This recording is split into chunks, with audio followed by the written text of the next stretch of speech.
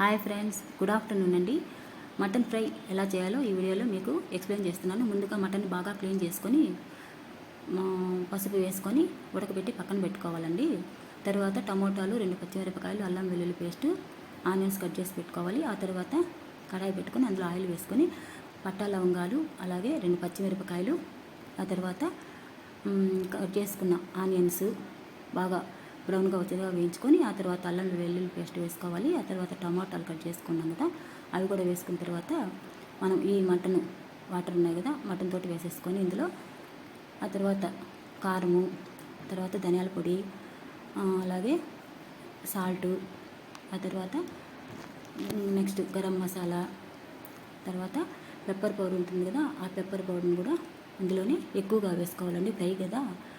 Okay అండి, ఇలాగ వేసేసుకున్న తర్వాత బాగా మనము ఈ మటన్ని ఉడికించుకోవాలి.